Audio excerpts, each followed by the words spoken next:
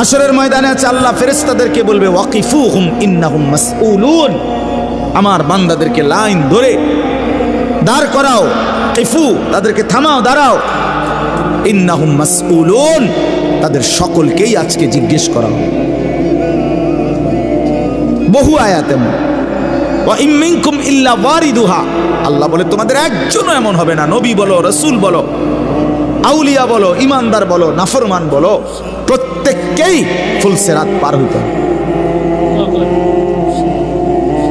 পার হইতে হবে প্রত্যেককে। তার আমল নামার মধ্যে প্রত্যেকে হাতে নিতে হবে, হয় ডান হাতে নয় বাম হাতে।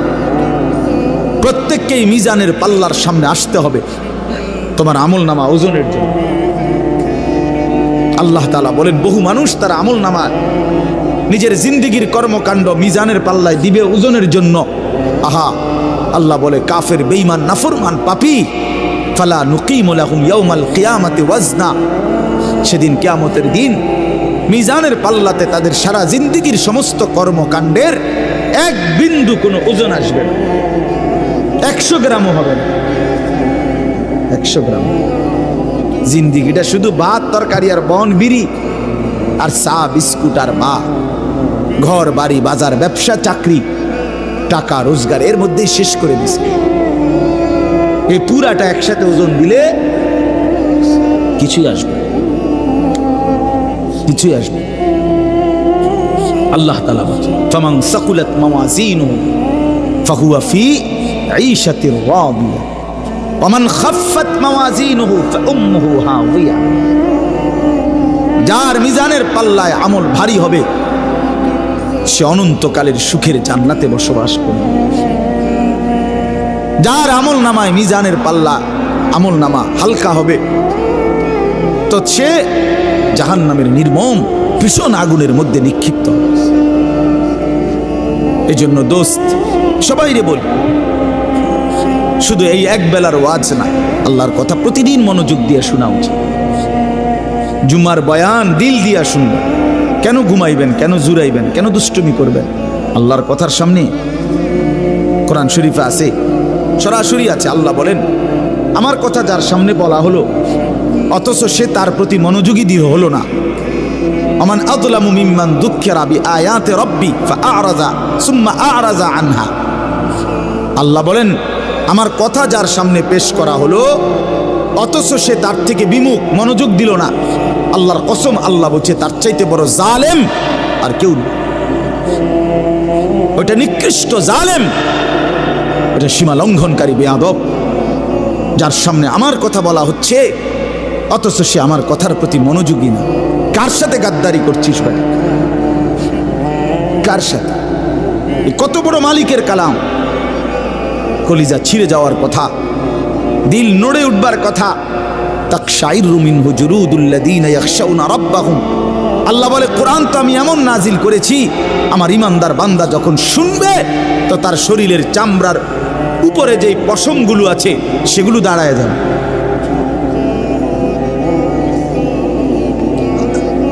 বুঝছে? এই জন্য বাপ আমার, বন্ধু আমার, এতক্ষণ লাগাই আপনাদেরকে এই কথাটাই বুঝাইতে চেষ্টা করলাম।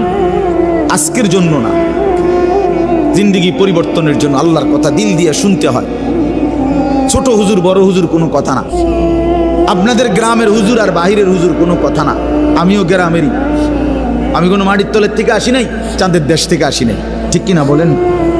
আমিও এক গ্রামের সন্তান, তো আলামিনও এক গ্রামের সন্তান, মৌলানা ইয়াহিয়াও এক গ্রামের সন্তান, হুজুর এক গ্রামের সন্তান। তাহলে স্থানীয় না দূরের এটা কোনো কথা না, প্রধান বক্তা না বিশেষ বক্তা এগুলো কোনো কথা না, সকালে বলছে না আসরের পরে বলছে এটাগুলো কোনো কথা। রাত 10টা বাজে ওয়াজ করলে উনি প্রধান বক্তা আর আসরের পরে বয়ান করলে উনি সামান্য বক্তা, এই সিদ্ধান্ত কে দিল? বলো কথা, এটা কেমনে ফয়সালা হইল? মাগরিবের পরে ওয়াজ করলে উনি বিশেষ বক্তা, তো নবী সাল্লাল্লাহু আলাইহি সাল্লাম কোনোদিন মাগরিবের পরে বয়ান করে নাই, কথা বলেন না, ফজরের পরে বলে নাই, তো কাজে এটা কোনো বিষয় না, এগুলো ধোঁকা।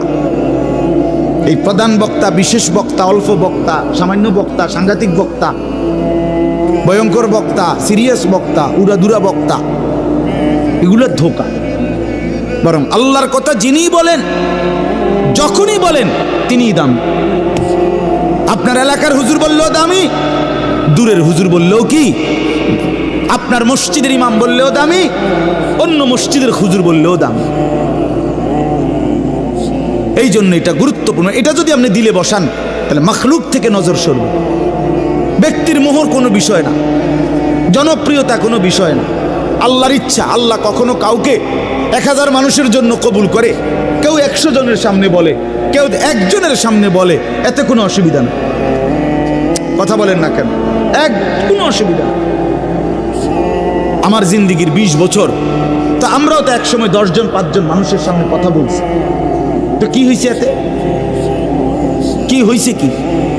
এই জন্য ভাই বাবা, প্রত্যেকের দিল থেকে মাখলুকের খেয়াল সরাবেন যে আমার আল্লাহর কথা হচ্ছে। কে বলতেছে হাবশি গোলাম না কালো গোলাম, এটা দেখার বিষয় না। আমার মালিকের কালাম। কার কালাম? আমার আল্লাহর কথা, আমার রসুলের কথা। এরপরে আর কি? এরপরে আর কি?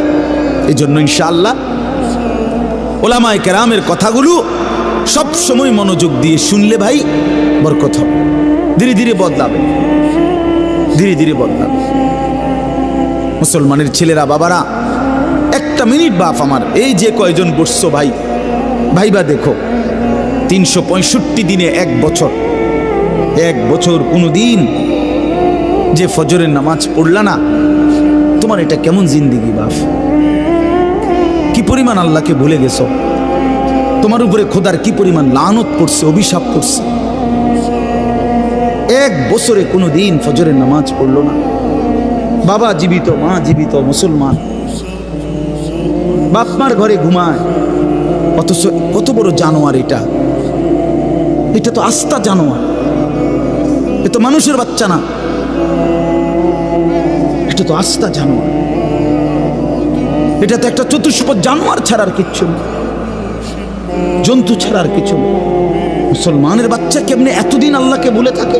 আল্লাহ তাআলা বলছেন নবী সাল্লাল্লাহু আলাইহি সাল্লামকে, বন্ধু আপনি আমার বান্দাদেরকে বললেন 90 বছর টানা আমার নাফরমানি করছে, 90 বছর পরেও যদি কোনো দিন বুঝতে পারে, সমস্ত গুনাহ ছেড়ে দিয়ে আর করবে না ওয়াদা দিয়ে, লজ্জিত আর অনুতপ্ত হয়ে যদি 1 ফোঁটা চোখের পানি ফেলে, আমি আল্লাহ ওয়াদা দিলাম 90 বছরের গুনাহ একসাথে মাফ করে দেব। আপনি বললেন আমার বান্দারে, ওই যেন কোনোদিন নিরাশ না হয়, আমি আল্লাহ আছি, আমি মাফ করে দেব। তরে বললেন গুনাহ ছেড়ে দিয়ে আসতে, তরে বললেন তওবা করে আসতে, তরে বললেন আর করবে না ওয়াদা দিতে। মস্কারি করলেও হবে না।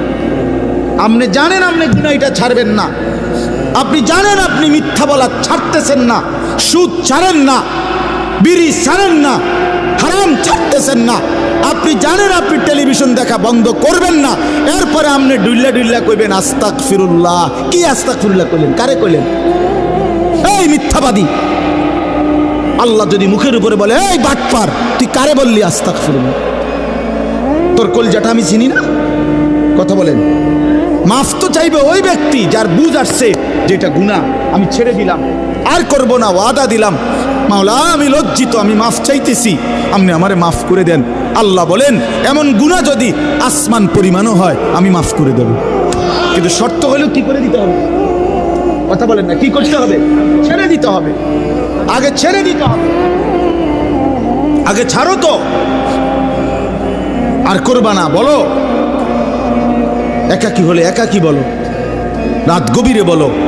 আল্লাহ বলেন ইন আতাইতানি লাইলান আতাইতুকা লাইলান, বান্দা তুমি যদি আমার কাছে রাতে আসো গুনাহ নিয়ে মাগফিরাতের জন্য, আমি রহমত আর মাগফিরাত নিয়ে আমি আল্লাহ রাত গভীরেই আসবো, রাতের অন্ধকারে আসবো। আমি রাতের 3টায়ও ঘুমাই না, দিনের 3টায়ও ঘুমাই না, আমি রাতের 4টায়ও ঘুমাই না, আমি দিনের 4টায়ও ঘুমাই না। আমি আল্লাহর কোনো শুক্রবার শনিবার নাই, আমার কোনো ছুটি ছাটা নাই। আমি 24 ঘন্টা আল হাইয়ুল কাইয়্যুম, আমি সর্বদাই জীবিত, আমি সারাক্ষণই আছি, কায়নাত পরিচালনা করছি। আল্লাহর কোনো বিশ্রাম আছে? আল্লাহর কোনো ক্লান্তি আছে? আল্লাহর কোনো ভুল আছে? আল্লাহর কোনো ছুটে যায় কিছু? তো আল্লাহ আমাদেরকে বুঝ দান করেন। ভাই আমার কথা সহজ সরল কথা। আমি আপনাদের পরিবর্তন চাই। কারো ঠেলাঠেলি, ধাক্কা ধাক্কি, কারো খোসাখুসি টোটালি আমার আর পছন্দ না। আমারও হায়াত শেষ, আমারও জিন্দিগি। আল্লাহ তাআলা কোরআনুল কারীমের মধ্যে বলছে, বান্দা বয়স যখন 40 পূর্ণ হয় তারপর থেকে পুরা ফিকির আখিরাত। ওয়ালাম্মা বালাগা আশুদ্দাহু ওয়া বালাগা 40 সানা। বুজুর্গানে দিন তো বলছে 40-এর পরে জিন্দিগি গুটায় ফেলো, পুরা দিল দিমাগ আখিরাতের দিকে ফিরো। আল্লাহ আপনি আমারে দয়া করে 40 পর্যন্ত হায়াত দিছেন, এবার আপনার শুকর মাওলা, শুকর মাওলা, শুকর। অথচ আপনাদেরকে আল্লাহ তাআলা 60 বছরের হায়াত দিলেন। আপনারা এত সুন্দর জীবন আল্লাহ দিছেন, এতটা সুযোগ দিলেন, মাইডারে বিড়ি খাইতে খাইতে শেষ করে দিয়েছে, বন খাইতে খাইতে আর চা খাইতে খাইতে, চা দোয়ানে গপ মারতে মারতে আর ফালতু কথা কইতে কইতে শেষ। এটা কি? এটা কি? এটা কোন ধরনের কথা? বুড়া মানুষ আড্ডা দিবে কেন? বুড়া মানুষ গপ মারবে কেন? বুড়া মানুষ বিড়ি খাবে কেন? বুড়া মানুষ ফালতু কথা বলবে কেন? বুড়া মানুষ গালিগালাজ করবে কেন? আপনার তো এখন কবর দেখা যায়, দেখা যায় না? তো আপনার তো একটা সেকেন্ড নষ্ট না করে উচিত জিন্দিগির এই শেষ সময়টা আল্লাহর তসবিহ, জিকির, কান্নাকাটি, দোয়া এর মধ্যেই লেগে থাকে। এটা উচিত ছিল না? কই, এই খবর তো নাই। আমাদের তো একটু ভাবা উচিত ছিল ভাই। ছেলেরা আমার বাবা আমার, আর সবাই, আমিও ভাবি, আপনিও ভাবেন। একটা বার তো ভাবা উচিত ছিল, এত লম্বা সময় লাগাইয়া। আমার যখন কোনো নাম নিশানা ছিল না, তখন আল্লাহ তাআলা একদিন আমারে বাবা মায়ের মিশ্র বীর্য থেকে ধীরে ধীরে আমারে মায়ের পেটে রেডি করলেন। কেন করলেন?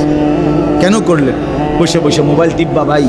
এই জন্য শুধু কেবল নারী দেখবা, নর্তকী দেখবা, সারা রাত উলঙ্গ ছবি দেখবা, জিনা ব্যভিচারের আড্ডায় যাবা, মদ জুয়ার আড্ডায় যাবা, আর অসৎ বন্ধুদের সাথে সারা দিন আড্ডা দিয়ে এই সুন্দর হায়াত, এমন সুন্দর চেহারা, এমন চমৎকার নাক, কান, হাত পাওয়ালা বডি তিলে তিলে শেষ করে দিবা, নষ্ট করে দিবা। আহা আফসুস, এর জন্য আল্লাহ বানাইছে। হায় হায় বাপ, মাঝ বয়সী চাচা আপনারা বলেন, জিন্দিগি আল্লাহ তাআলা কেন দিলেন? এই শুধুমাত্র 2টা ছেলে বিদেশ পাঠাইলেন, 3টা মেয়ে বিদেশ বিয়ে দিলেন, বাড়িতে একখান ঘর করিলেন, হ্যাঁ, সোফা বানাইলেন, খাট বানাইলেন, কয়টা ফার্নিচার আসবাবপত্র বানাইলেন, খালাস। এরই নাম 60 বছর? আল্লাহ তাআলা জিন্দিগির 50টা বছর উপার্জনের ক্ষমতা দিচ্ছেন এই শুধু এই যে ফার্নিচার আর এই গদ্দুর কদ্দুর, এই কদ্দুরের জন্য। একজন মুসলমান হিসেবে এই শেষ, এই জীবন? বলে আল্লাহ তাআলাকে জানা দরকার, জিজ্ঞেস করা দরকার। তো আল্লাহ তাআলা এই সূরার মধ্যে সেই প্রশ্নের উত্তর দিছে, বান্দা একটি লম্বা সময় পার করে আমি আল্লাহ তোমাকে পৃথিবীর অস্তিত্বে এনেছি, তুমি শোনো আমি তোমারে কেন বানাইছি। আল্লাহ তাআলা বলেন, হাল আতা আলাল ইনসানি হিনুম মিনাদ দাহরি লাম ইয়াকুম শাইআম মাযকুরা। প্রতিটা মানুষের উপর দিয়ে এরকম যুগের পর যুগ অতিবাহিত হয়েছে, যখন সে উল্লেখ করার মতো, পরিচয় দেওয়ার মতো কোনো কিছুই ছিল না। এই মাটিতে কার অস্তিত্ব কেউ বলতে পারবে? ওই গাছে, ওই ফুলে, ওই ফলে, ওই খাদ্যে, ওই খাবারের মধ্যে কার অস্তিত্ব আছে আমরা জানি কেউ? শুধু জানে কে? আল্লাহ বলেন, শুধু আমি জানতাম। লাম ইয়াকুম শাইআম মাযকুরা, এই পৃথিবীর কারো কাছে তুমি উল্লেখ করার মতো ছিলা না। আগামী 50 বছর পরে, আগামী 30 বছর পরে কার ঘরে কোন সন্তান আসবে এখন বলেন? আমরা জানি কেউ? তাই আল্লাহ তাআলা বলেন, কেউ জানতা না, তুমি জানতা না, তোমার কোনো নাম, দাম, পরিচয় উল্লেখ ছিল না। দ্বিতীয় আয়াতে আল্লাহ বলেন, সেই আমি আল্লাহ, ইন্না খালাকনাল ইনসানা মিন নুতফাতিন আমশাজ। একদিন আমি আল্লাহই স্বামী স্ত্রীর মিশ্র বীর্য থেকে তুমি মানুষকে সৃষ্টি করেছি। অর্থাৎ যেদিন মায়ের জরায়ুতে গর্ভ হয়েছে, যেদিন মা অনুভব করছে তার পেটে বাচ্চা আসছে, সেদিন কিছুটা আন্দাজ করছে যে হ্যাঁ মা গর্ভবতী, তাও জানতো না ছেলে না মেয়ে। আরও একটা নির্দিষ্ট সময় পরে অনুভব হয়েছে, তো আল্লাহ তাআলা বলেন তখনও তো জানতা না কোন দিন নাক লাগাইছি, কোন দিন চোখ লাগাইছি, কোন দিন হাত লাগাইছি। আমি পৃথিবীর কাউরে না জানাইয়া বান্দা বড় বেশি মায়া করে নিজের হাতে যত্ন করে তোমারে বানাইছি। আমি একাই বানাইছি, একাই বানাইছি, অন্ধকারে বানাইছি। তোমার মারে ডিস্টার্ব করি নাই, বাবারে ডিস্টার্ব করি নাই, কেউ রে কোনো দিন কিছু বলি নাই। আমি আল্লাহ একাই বানাইছি। তো এরপর আল্লাহ বলেন কেন বানাইলাম শোনো, নাবতালিহি, আমি আল্লাহ প্রতিটা মানুষকে বানিয়েছি পরীক্ষা করার জন্য। এই কথাই নাবতালিহি, নাবতালিহি পরীক্ষা করার জন্য, লিয়াবলুয়াকুম পরীক্ষা করার জন্য, লিনাবলুয়াহুম পরীক্ষা করার জন্য, ওয়ালা নাবলুয়ান্নাকুম পরীক্ষা করার জন্য, ওয়া নাবলুকুম বিশ-শাররি ওয়াল খাইরি ফিতনা। এই কথাটা বিশ্বাস করেন, কোরআন শরীফ আল্লাহ বারবার বলছে এই তোমারে পরীক্ষার জন্য, পরীক্ষার জন্য, পরীক্ষার জন্য, পরীক্ষার জন্য, পাত্রামি করার জন্য না, ফাইজলামি করার জন্য না, দুষ্টমি করার জন্য। বান্দা খামখেয়ালি করার জন্য বানাই নাই। আমি একটা পিঁপড়াও বেহুদা বানাই নাই। এত সুন্দর মানুষ তোমারে কেন বেহুদা বানাও? আল্লাহ তাআলা বলেন আমাদেরকে আল্লাহ তাআলা বানিয়েছেন পরীক্ষা করার জন্য। কি করার জন্য বলেন না ভাই? আমার কথা শেষ তো, বলেন কি করার জন্য? আবার বলেন, আবার বলেন, আবার বলেন। এখন প্রশ্ন হলো কি পরীক্ষা? আল্লাহ তাআলা বলেন পরীক্ষা হলো এই, আমি তোমার একটা নির্দিষ্ট হায়াত দিলাম, তাও কদ্দুর আমি জানি, তুমি জানো না। শুরুটা যেরকম তুমি জানো না, এখনটাও তোমারে কইতাম না। 40 হোক, 50 হোক, 60 হোক, 30 হোক, 80 হোক, 90 হোক, 70 হোক, সেটা জানে শুধু কে? আল্লাহ। আল্লাহ বলেন এই যে নির্দিষ্ট হায়াত দিলাম, এই সময়টা আমি আল্লাহ তাআলা দেখতে চাই। মূলত এটা তোমার স্থায়ী জায়গা না, আমি তোমার জন্য একটা স্থায়ী জায়গা রাখছি আখিরাত। সেখানে গিয়া তুমি কি জান্নাতে যেতে চাও নাকি জাহান্নামে যেতে চাও? এই পরীক্ষার জন্য এই সংক্ষিপ্ত হায়াত।